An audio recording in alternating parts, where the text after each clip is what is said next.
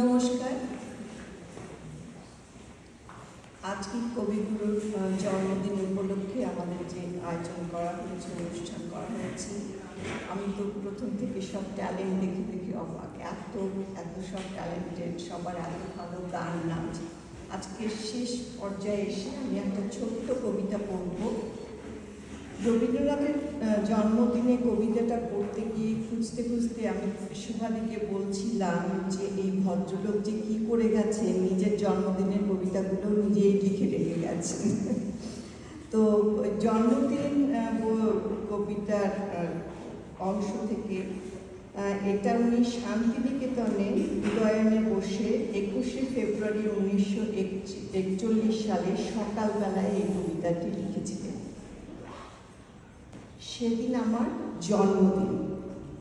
প্রভাতের প্রণাম লইয়া উদয় দিগন্ত পানে মেলিলাম আঁখি।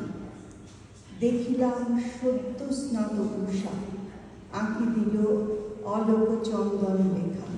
হিমাদ্রির হিমশূদ্র পেলব ললাটে।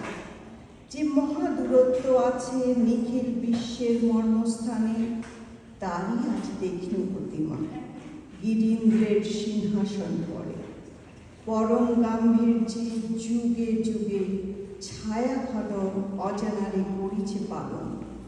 পথহীন মহারণ্য মাঝে অভ্রবেদী সুদূরকে রেখেছে বেষ্টিয়া দুর্বেদ্য দুর্গম তলে উদয় অস্তের চক্রপথে।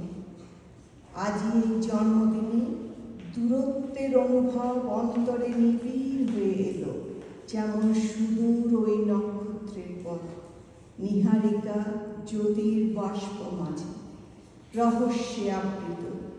আমার দূরত্ব আমি দেখিলাম তেমনই দুর্গম। অলক্ষ্য পথের যাত্রী, অজানা তাহার পরিণাম। আজই এই জন্মদিনে দূরের পথে সেই তাহারই সুনীল পদক্ষেপ নির্জন সমুদ্র তীর হল।